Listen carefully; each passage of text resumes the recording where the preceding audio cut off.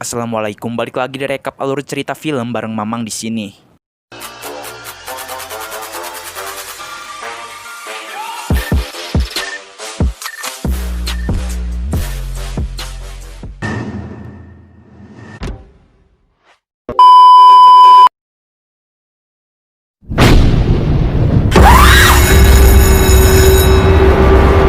Yes, Dread Out, salah satu film horor lokal yang tayang awal tahun 2019 lalu, yang dimana film ini tuh adaptasi dari sebuah game ciptaan anak bangsa Indonesia yang sangat mengerikan. Dengan kehororannya, game ini sangat populer hingga ke mancanegara, hingga pada akhirnya game ini pun digarap menjadi sebuah film yang disutradarai oleh Kimo Stambul. Nah, mau tahu kengerian apa dan kebrutalan apa aja sih yang ada di film ini? Mari simak videonya.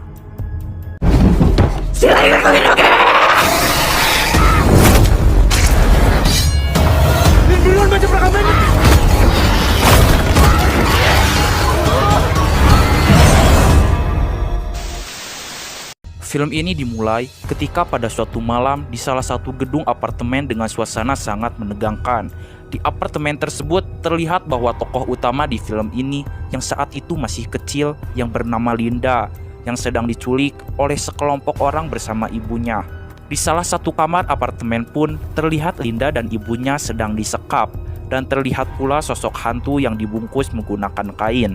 Penculik tersebut berniat untuk mengambil keris sakti yang ada di dalam tubuh hantu tersebut dan setelahnya ia akan mengembalikan hantu tersebut ke alam goib. Untuk mendapatkan itu semua, penculik harus melakukan ritual terlebih dahulu. Ia harus membaca sebuah tulisan aksara Sunda agar hantu tersebut mengeluarkan keris sakti dan bisa membuka portal ke alam goib. Sayangnya ritual tersebut hanya bisa dilakukan oleh seseorang yang memiliki kemampuan khusus saja, dan itu sebabnya penculik tersebut membawa Ibu Linda ke apartemen untuk melakukan ritual. Secara terpaksa Ibu Linda mulai membaca tulisan tersebut dan tiba-tiba saja keris sakti pun berhasil keluar dari mulut hantu yang terbungkus kain itu. Dan ketika akan melanjutkan membaca tulisan untuk membuka portal ke alam goib, Ibu Linda tiba-tiba saja pingsan dan penculik pun segera akan menusuk hantu tersebut menggunakan keris sakti. Namun polisi yang dari tadi berusaha masuk ke dalam kamar berhasil mendobrak pintu apartemen dan langsung menembak penculik hingga tewas di tempat, dan Linda pun dibawa oleh polisi. Scene pun beralih kepada Linda yang baru saja bangun dari tidurnya, dan adegan tadi merupakan mimpi Linda saja. Bel pulang sekolah pun sudah berkering, yang artinya waktu pulang telah tiba. Linda merupakan seorang wanita kelas 2 SMA yang harus membiayai dirinya sendiri untuk bisa lanjut bersekolah. Ia selalu bekerja selepas pulang sekolah hingga jam 9 malam di salah satu minimarket di dekat sekolahnya. Terlihat di depan minimarket tempat Linda bekerja, terdapat sekumpulan geng anak SMA kelas 3 yang beranggotakan Eric, Alex, Benny, Jessica, dan Dian. Diketahui salah satu orang di dalam geng tersebut yang bernama Jessica sedang galau karena follower Instagramnya lebih sedikit dari adik kelasnya yang bernama Ira. Lantas Jessica pun terus-menerus mengeluh dan meminta solusi kepada teman-temannya. Dan pada akhirnya temannya yang bernama Benny menyarankan suatu ide agar follower Jessica bisa bertambah dengan cepat. Benny menyarankan agar melakukan siaran langsung di salah satu apartemen tua di depan minimarket tersebut. Konon katanya, 8 tahun yang lalu di apartemen tersebut pernah ada kejadian mengerikan tentang penculikan seorang ibu dan anak, dan terjadi baku tembak antara penculik dan polisi. Dan pernah ada sekelompok anak SMA juga yang pernah merekam di gedung tersebut, namun hanya sebentar saja karena dilarang oleh petugas keamanan gedung apartemen tersebut, dan rekaman itu pun diupload ke YouTube dan view-nya pun lumayan banyak. Seketika Jessica pun tergiur dengan ide yang diberikan Benny, dan Jessica pun menyetujuinya. Benny pun tahu orang yang kenal dengan penjaga apartemen tersebut. Orang itu adalah Linda. Benny mencoba untuk membujuk Linda agar malam nanti ia bisa ikut ke apartemen dan meminta izin kepada penjaga gedung untuk memasuki gedung apartemen tersebut. Namun Linda menolak ajakan Benny. Ia tak bisa meninggalkan pekerjaannya lagi. Jika ia melanggar satu kesalahan lagi, maka ia akan kehilangan pekerjaannya. Tiba-tiba datanglah Jessica. Jessica pun memberikan sepasang anting mahalnya sebagai jaminan dan akan memberikan sejumlah uang selepas pulang dari apartemen tersebut. Dan Linda pun tidak perlu bekerja lagi di minimarket tersebut. Dengan bermodalkan nekat, akhirnya mereka pun pergi ke apartemen tersebut. Sesampainya di sana, mereka melihat bahwa apartemen itu memanglah sangat sepi dan dijaga dengan sangat ketat. Banyak pagar tinggi berduri yang sangat berbahaya jika ada orang yang akan memanjatnya.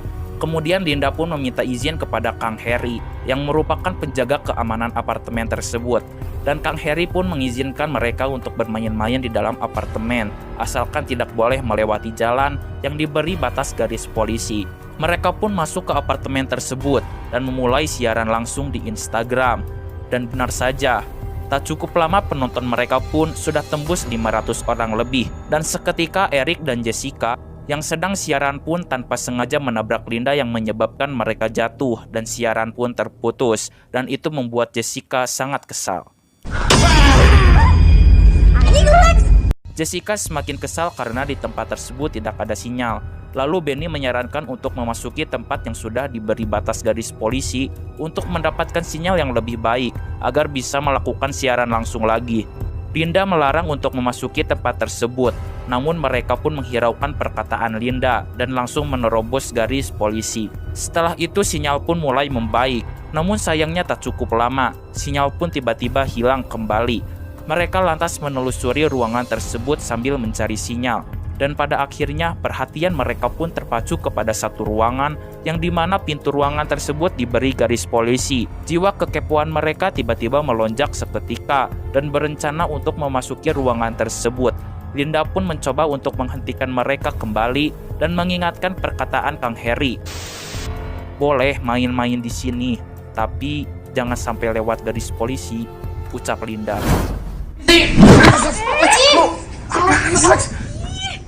Tiba-tiba Alex pun segera akan membuka pintu ruangan tersebut menggunakan kapak yang ia dapatkan di sampingnya, yang membuat teman-temannya kaget. Dan Eric pun mendukung perkataan Linda untuk tidak memasuki ruangan tersebut dan mengajak semua temannya pulang karena sudah larut malam. Teman-temannya pun menolak ajakan Eric dan mengejek Eric penakut, karena Jessica pun masih ingin melakukan siaran langsung agar followersnya bertambah banyak. Kemudian Benny mencoba membuka pintu tersebut, dan pintu pun tidak terkunci dan terbuka dengan lebar. Ruangan tersebut sangatlah gelap, dan tiba-tiba mereka dikejutkan dengan sesuatu yang diselimuti kain yang bergerak-gerak sendiri.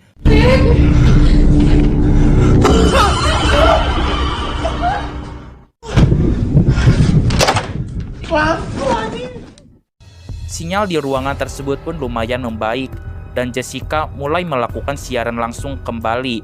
Saat semua orang sibuk melihat keadaan sekitar ruangan tersebut, tiba-tiba saja Linda mendengarkan suara-suara aneh seperti suara hantu yang ada di mimpinya siang tadi. Eric pun mendekati Linda dan menanyakan jika Linda baik-baik saja. Linda pun menjawab bahwa dirinya tidak asing lagi dengan tempat ini, dan sejak pertama kali masuk, dirinya mengaku pernah melihat semua barang-barang yang ada di ruangan tersebut. Lalu perhatian mereka pun beralih kepada Benny yang berteriak karena melihat kulit ular di salah satu lantai ruangan tersebut yang bisa terbuka. Lalu Eric pun mengatakan jika ada kulit ular, maka pasti akan ada bangkai ular di bawah lantai tersebut. Benny mencoba membuka lantainya dan ia menemukan satu bangkai ular yang menjijikan. Kemudian Alex mencoba memasukkan tangannya ke dalam lantai tersebut dan tiba-tiba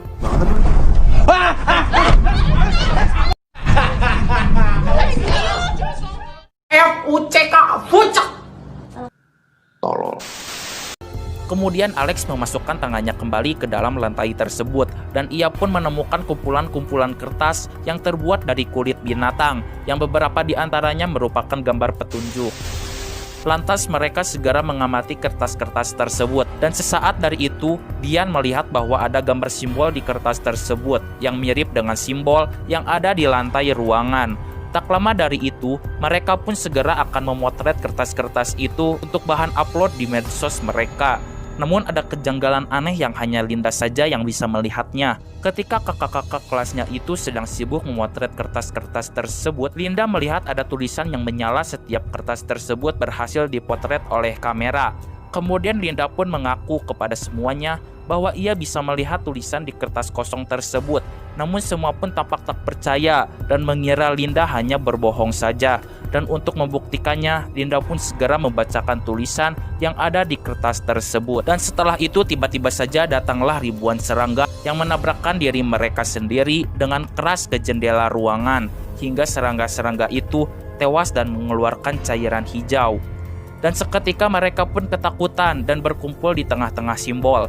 Dan simbol itu pun menyala dan hilang secara tiba-tiba, yang ternyata di bawahnya terdapat air menggenang yang membentuk lingkaran besar yang tentu saja sangatlah dalam, yang membuat mereka tenggelam ke dalam air tersebut. Secara bersamaan mereka pun tenggelam, namun mereka berhasil untuk kembali ke ruangan tersebut lagi, kecuali Jessica dan Linda.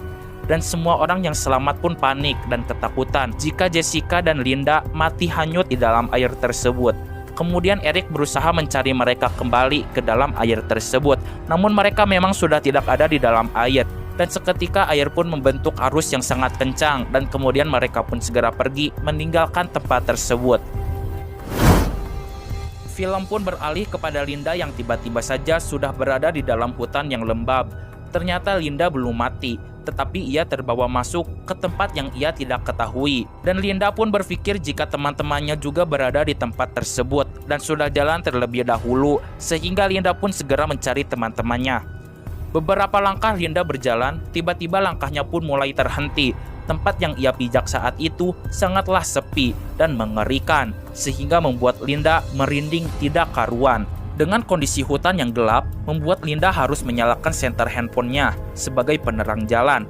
Saat akan kembali melangkahkan kakinya, tiba-tiba saja ia terpeleset. Dan Linda terkejut karena di hadapannya terdapat banyak sekali kuburan mengerikan. Tak lama dari itu, Linda dikejutkan kembali dengan satu tangan yang muncul dari bawah tanah dan mencengkram kakinya. Linda berusaha melepaskan tangan tersebut dari kakinya, dan tiba-tiba saja muncul sosok pocong mengerikan yang keluar dari tanah dan tampak sedang memegang celurit. Pocong itu pun segera menyerang Linda, hingga tas Linda terlempar jatuh ke tanah dan mengeluarkan handphone yang tiba-tiba mengeluarkan flash kamera secara bertubi-tubi, yang menyebabkan pocong tersebut sakit kepanasan.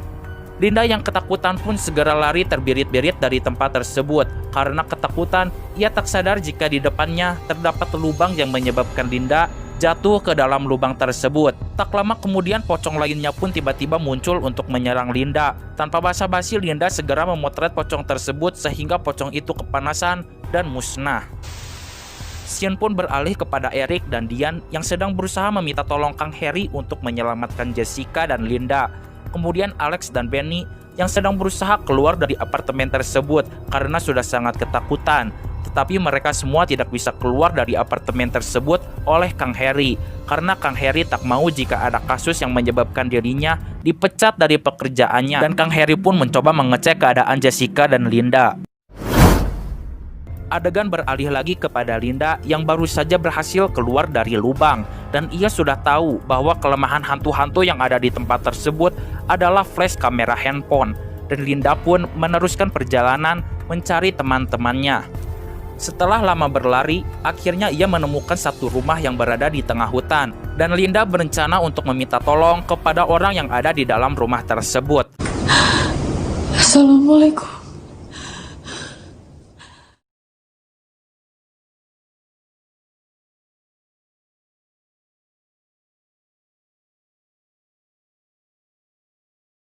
Too.